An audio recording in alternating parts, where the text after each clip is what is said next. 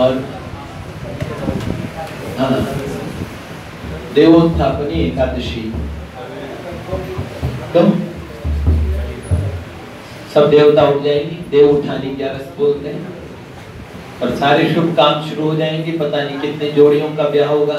यहाँ पे भी कल आप दर्शन कर पाएंगे श्री दुल्हन, अनादिकालीन दुल्हन श्री तुलसी मैया और अनादिकालीन दूल्हा सरकार श्री शालिग्राम भगवान के यहाँ युगल जोड़ी के कल दर्शन होंगे। तो ठाकुर जी एक बार, ये विवाह नहीं होता वस्तुतः, ये एनिवर्सरी मनाई जाती है, लेकिन बार बार ब्याह कर करके ये ब्याह की लीला है। तो कल यहाँ पे संक्षिप्त में 5-10 मिनट का विवाह होगा। 5-10 मिनट हम याद दिला देंगे उन्हें, उनके फेरे करवा देंगे। तुलसी मैया होंगी और दुल्हन में और दूल्हा का श्रृंगार शुरू हो गया। पिछली बार देखे थे ना हमारे मंदिर से शालिग्राम भगवान कहते इतने से, कितने बड़े दूल्हे बने, इतने बड़े। लोग कह रहे शालिग्राम भगवान का है इसमें। ठाकुर जी का पूरा स्वरूप, भव्य स्वरूप तैयार हो गया था। साकेत प्रभु, अरे इनको क्रुद्ध किसने किया? जय जय जी।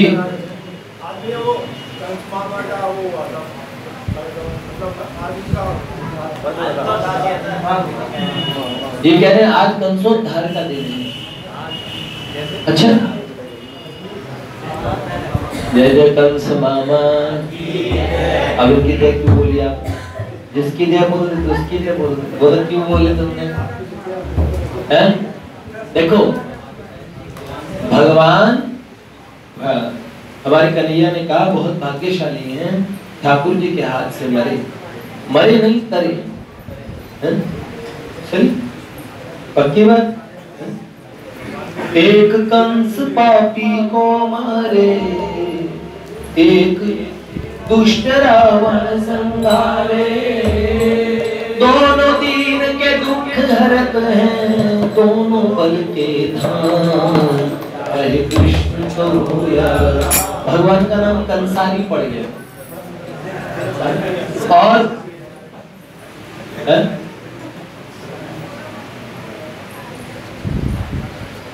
जैसे ठाकुर जी का नाम रावणारी पड़ा, राघवेंद्र सरकार का,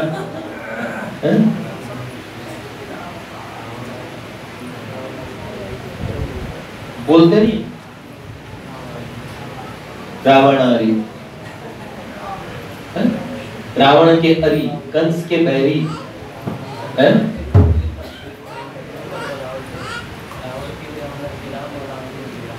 ठाकुर जी, एक संत बताते हैं कि ठाकुर जी कंस और रावण से कितना प्रेम करते हैं, ये अपनी राशि में रखते हैं। रावण और राम जी, कंस और कृष्ण, तो बोलो एक है ना, एक राशि, यही बात है। तो वस्तुतः कंस की भी जय जयकार है ही। जब महिषासुर ने माँ दुर्गा से, देवी माँ से, और देखो माँ और महिषासुर इन्होंने कहा सच्ची भगवती आदि शक्ति से, और दुष्ट बुद्धि थी महिषासुर की। लेकिन जब भगवती महिषासुर का संहार करने लगी तो माँ ने विशाल नेत्र खोल के, और जैसे महिषासुर को देखा त्रिशूल मारा, तो वक्षस्थल को त्रिशूल ने विदीर्ण कर दिया, फाड़ दिया, भयानक रक्त धारा निकली। त्रिशूल लगा पर माँ के नेत्रों को देखा और माँ का चेहरा देखा ना, तो कोप में माँ की सुंदरता कितनी थी, महिषासुर के मुंह से निकल गया माँ। अंत में माँ कहा, माँ पहले क्रोध में देख रही थी लाल नेत्रों से, और माँ मुस्कुरा गई, और मुस्कुराते त्रिशूल मारा नहीं था। महिषासुर का बाहरी दृष्टि से, देवताओं की दृष्टि से वध हो गया, लेकिन तत्काल दिव्य देह धारण करके देवी लोक में चला गया। आज भी माँ का सबसे प्रिय गण महिषासुर है। जो भी देवी की प्राप्ति करता है, आदि शक्ति भगवती के दर्शन प्राप्त करता है, उस पे महिषासुर की भी कृपा हो जाती है।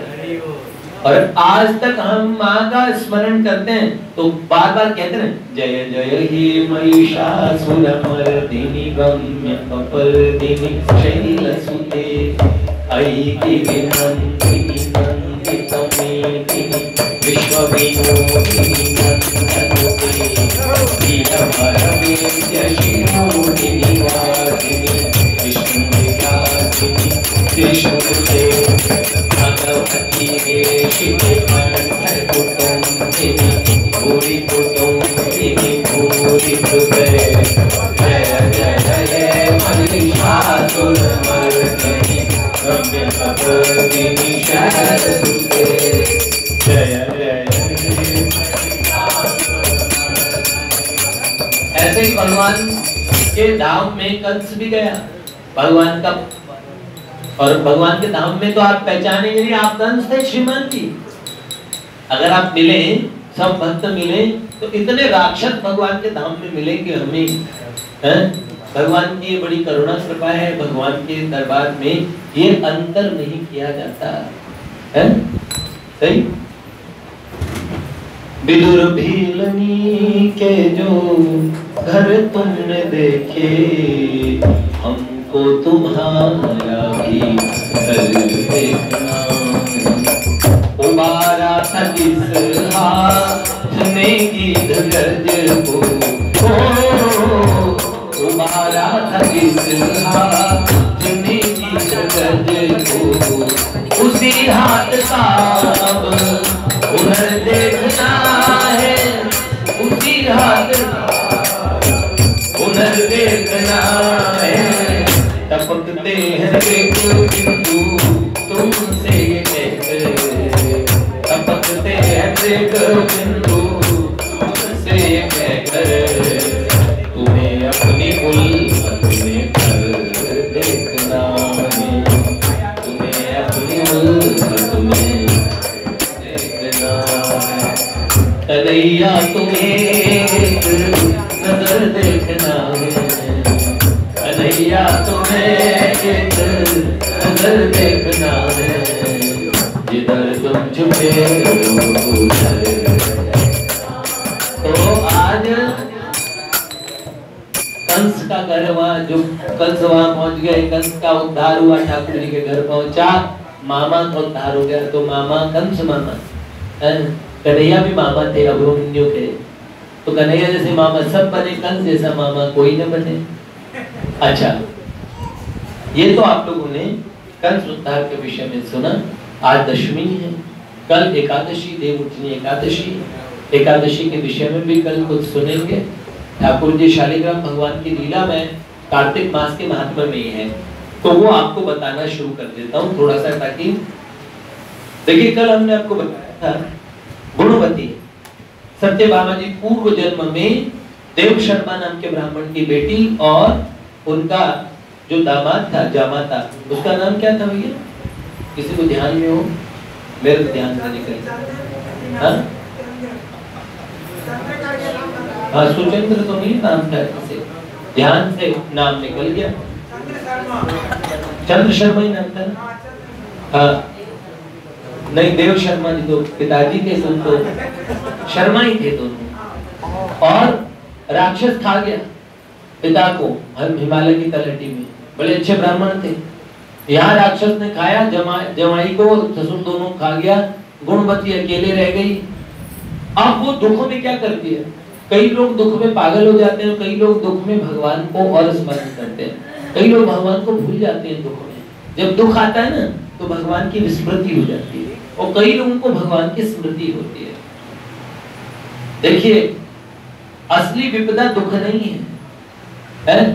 कबीरदास जी तो एक जगह कहते हैं, सुख के माथे सिल पड़े जो नाम हृदय से जाए, बलिहारी वा दुख की जो पल पल नाम रटाए। वो दुख बहुत अच्छा है। कुंती मैया कहती विपदा संतु न शश्वत तत्र तत्र जगत गुरु। हमें विपदा देना भगवान। सबसे बड़ी विपत्ति कौन सी संसार की बताइए? हनुमान जी महाराज कहते हैं, कह हनुमंत विपत्ति प्रभु सोई, जब तब सुमिरन भजन न होई। एक बात बताएं, हमारे घर में थोड़ा नुकसान, थोड़ा घाटा, बाढ़ा, कुछ भी चल रहा है, किसी घर में हमारे घर की व्यवस्था ठीक नहीं चल पा रही है, ऐसी स्थिति हो कभी जीवन में, तो ये चेक करें, ये वास्तविक संकट है, बाहरी दृष्टि से ये संकट है हमारे घर पे। हमें यथासंभव कोशिश करनी चाहिए कि उस घर को सुचारू रूप से चलाएं। ये जिम्मेदारी घर के बड़ों की प्रमुख होती है और बच्चों की जिम्मेदारी ये है कि वो बड़ों की आज्ञा अनुसरण के हिसाब से चले। वो संकट दूर हो सकता है, किसी के घर में भी कभी भी संकट आ सकता है, समस्या आ सकती है, नफा नुकसान, कभी कभार इतना बड़ा नुकसान, जीवन का भी नुकसान हो जाता है, घर का कोई परिवार वाला चला जाता है, पूरे घर की स्थिति चरमरा जाती है, ऐसी स्थिति आ सकती है। ये संकट है और जो घर का तत्कालीन बड़ा हो उसके मार्गदर्शन में चले, उनका सहयोग करें, घर की वास्तविक स्थिति का सुधार हो सकता है। ये बात है, ये संकट है निसंदेह। लेकिन उससे भी बड़ा संकट ये है, अगर हमारे घर में, हमारे जिस घर में हम रहते हैं उसमें बाकी नुकसान तो दिखते हैं, लेकिन घर आध्यात्मिक रूप से सुदृढ़ है, भगवान का भजन होता है, तो वास्तविक मुश्किल नहीं आई। अभी असली विपत्ति तब आती है, कह हनुमंत विपत्ति प्रभु सोई, जब तब सुमिरन भजन न होई।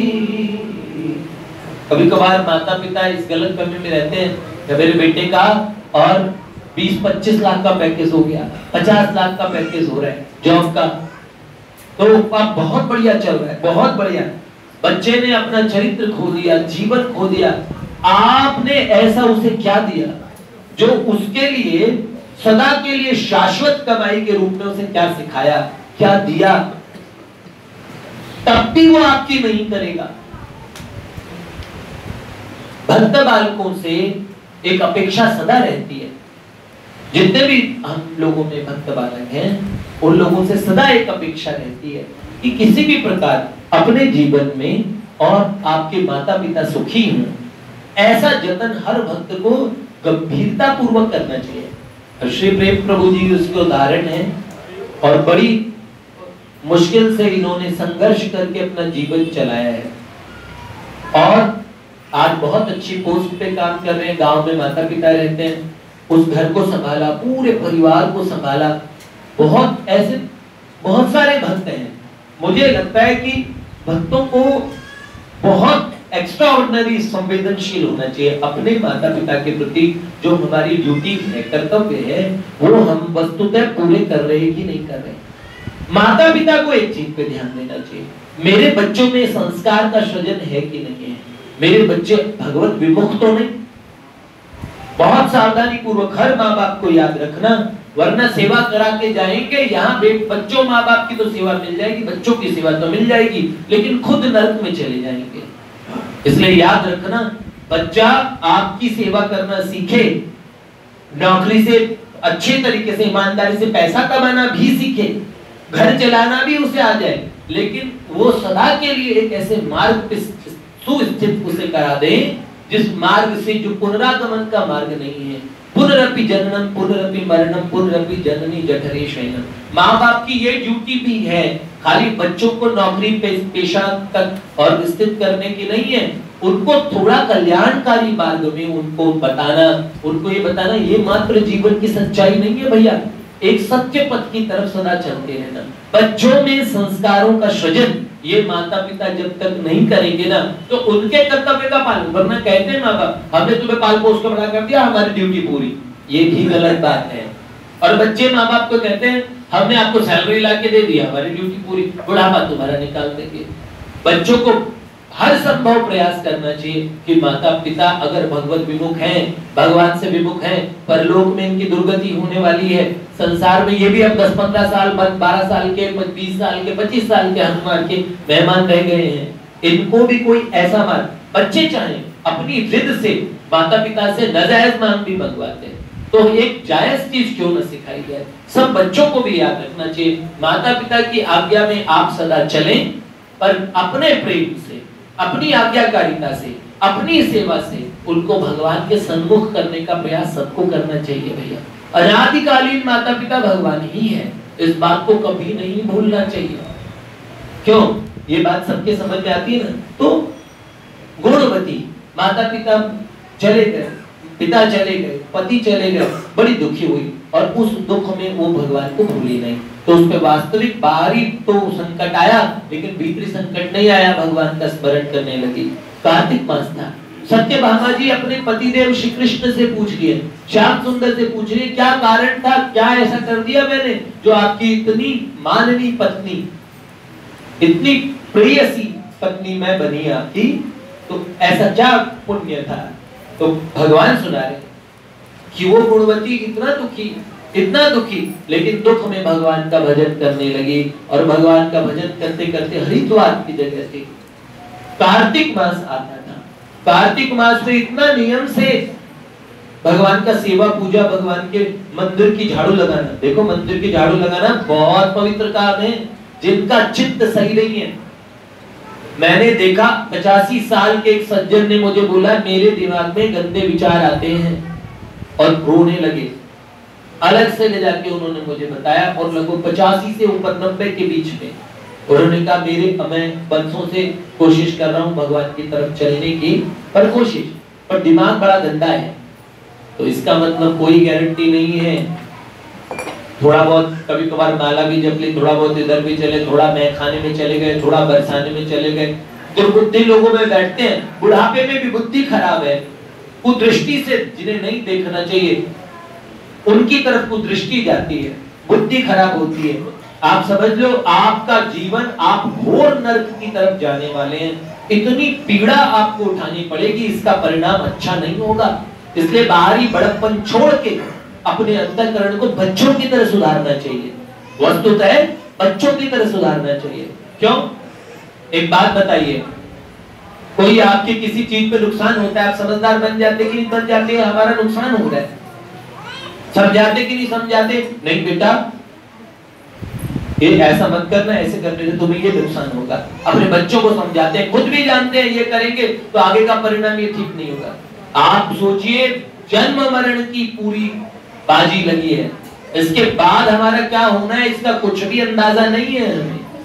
इसलिए भीतर की एक ऐसी चित्त स्थिति जब तक नहीं बन जाएगी मरण काल से पहले, ये दुर्बुद्धि कैसे जाएगी? सत्संग सुनते हैं, मानते नहीं है सत्संग की, बैठते ही है बस, अंदर में कोई श्रद्धा नहीं, कोई भाव नहीं। अगर ऐसी स्थिति है तो भी बड़े दुख की बात है। ये बात सदा ध्यान रखनी चाहिए कि 80-85 साल की उम्र के हो जाएंगे और सुधर जाएंगे, गारंटी नहीं है। सुधरेंगे कैसे? जब थोड़ा मानेंगे, जब ये मानेंगे कि देखो भैया घर परिवार ये सब की व्यवस्था जैसे चलेगी सो चलेगी, हमारा समय आ गया है, हम इन्हें अच्छी तरह समझाने की कोशिश करें। न माने तो अपनी संभालेंगे खुद, लेकिन हम अपनी तो संभाल लें। गई सो गई, अब राख रही को, जितनी चली गई अब बची हुई है उसे संभाल लें, बहुत बड़ी चीज है। तो ऐसे में उन सज्जन ने बात बताई, तो जो झाड़ू लगाते हैं मंदिर की, उनका चित्त शुद्ध होता है भगवान की सेवा करने से। चित्त की शुद्धि कैसी होगी? सेवा करने से। वित्त की शुद्धि कैसी होती है? याद रखना, वित्त की शुद्धि दान करने से होती है। मैं दान करने की बातों का इस कभी शास्त्रीय उदाहरण लेता ही नहीं, ताकि ऐसे ना लगे कि मैं शास्त्र का उदाहरण लेके इतनी ऊंची बात बताऊं, मुझे आवश्यकता ही नहीं, मुझे कभी कहने की जरूरत पड़ी ही नहीं। हम जिन बच्चों के साथ में चल रहे हैं ना, मैंने इन बच्चों के दिमाग के अंदर में एक बात देखी, धन की महत्ता सब लोगों के मन में होती है। इन बच्चों को धन की आवश्यकता है, महत्ता नहीं। सब लोग काम कर रहे हैं, नौकरी कर रहे हैं, मेहनत कर रहे हैं, मेहनत की कमाई से जो आ रहा है बहुत श्रेष्ठ है, लेकिन महत्व तो भगवान का है इनके जीवन में। बहुत अद्भुत बात है। हमेशा मैं सच्ची बात कह रहा हूँ कि अगर भगवान का महत्व रहेगा ना, आगे जीवन भर आप देखिए, टोटा बहुत पड़ना नहीं, आवश्यकता आपकी सदा पूरी होती रहेगी, इच्छाओं का अंत नहीं। याद रखिएगा। तो बहुत तरीके की सेवा होती है जिससे चित्त शुद्ध होता है। शरीर स्वस्थ है, शरीर से सेवा करनी चाहिए।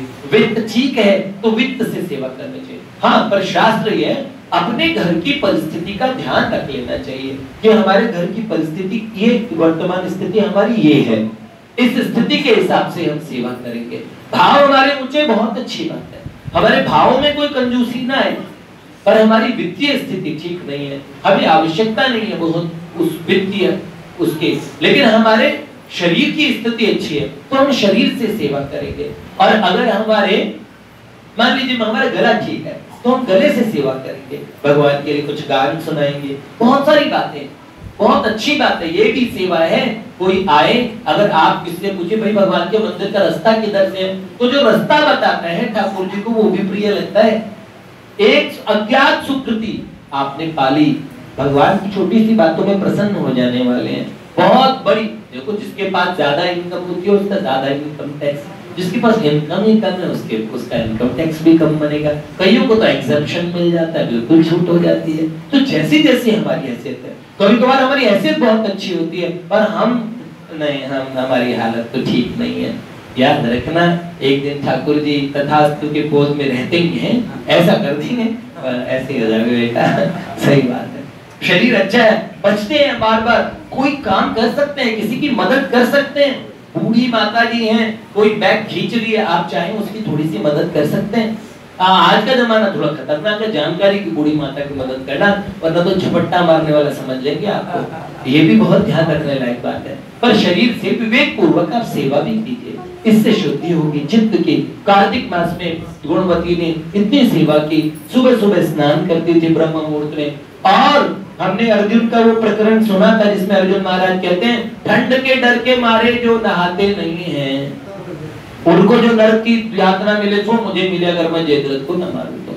कई लोग और ब्राह्मण कुल में भी जन्म लेके सर्दी के करके मारे नहाते नहीं, वैसे नहाना सबको चाहिए है। और कई लोग तो आजकल मैंने बोला सर्दियां आने वाली है तो क्या करेंगे, कंकरी स्नान कर लेंगे, कंकरी छींट लेंगे हैं। और कई लोग शीशे पे और मग्गा भर के मारेंगे ऐसे। और कई लोग नल नमस्कार स्नान, नल को नमस्ते कर लेंगे, ऐसा स्नान कर लेंगे। और कई लोग जल स्मरण स्नान, जल का स्मरण कर लेंगे, रजाई में बैठे बैठे उत्तम कोटि का स्नान। और कई लोग सबसे उच्च स्नान करते हैं, नहाए हुए आदमी को छू लेते, तुम स्नान, तुम्हारा स्नान, मेरा स्नान। बताओ, इस प्रकार का ऑनलाइन बात कर लेते हैं कई लोग, तो गंगा जी का उसमें वो क्लिक कर देते हैं माउस से, टिक है, और वो पीछे से वो लगा देते हैं उसके ऊपर क्या, हाँ बताओ। तो ये गंगा स्नान मान लेते हैं, ये नहीं भैया, वास्तविक स्नान। तो गंगा जी का स्नान करती थी और हरिद्वार में गुणवती को बुखार हो गया। उसने कहा कार्तिक मास था, आज सर्दी बहुत ज्यादा है, लेकिन गुणवती ने कहा कि अब वैसे मेरी आयु बहुत हो चुकी है और आज कार्तिक का नियम तोड़ दो, ठीक नहीं। अब आप लोग इस युग में, मैं ऐसा नहीं कह रहा कि आप मरने को हो रहे हो और दिमाग से डुबकी मार लो, है? उसमें पूछ लेना, जो गुरुजनों की सम्मति हो वैसा कर लेना, बीच का रास्ता निकाल देते हैं हंस हंस के, है? ऐसा होता है। इसलिए महापुरुषों को आगे रखना चाहिए। जो खुद साधन करोगे ना, उसमें फिर कड़े पूर्वक साधन करो। गुणवती ने उस दिन भी गंगा स्नान किया, बुखार बहुत तेज हो गया, पारा 106 107 को पार कर गया और वहीं पे भगवान को प्यारी हो गई और भगवान के पार्षद आ गए। और पार्षद जीवन भर एकादशियां की थी, एकादशियां की और कार्तिक मास के पुण्य से बताऊं भगवान के धाम में ही नहीं गई। अगले बार भगवान ने अवतार लिया तो भगवान की प्रिय पत्नी सत्यभामा बन के जन्म लिया। ठाकुर जी की कितनी प्यारी बनी, ये उसका महात्म्य। कार्तिक मास में तुलसी जी का बड़ा महात्म्य है। कल हम तुलसी जी की जो आपको वो घटना, वो लीला भी सुनाएंगे, तुलसी जी जलंधर की। और हाँ, और कार्तिक मास के ये इस समय चल रहे 5 दिन अब शुरू हो जाएंगे भीष्म पंचक के। 5 दिन यहाँ पे जो दीप प्रज्वलन होता है उसमें 7-7 दीप प्रज्वलन कीजिएगा। 5 दिन आपको पूरे कार्तिक का फल मिल जाएगा। 5 दिन भी जो थोड़े नियम पूर्वक कार्तिक मास का सेवन करेंगे उनको उसका लाभ मिलेगा ही। जय जय श्री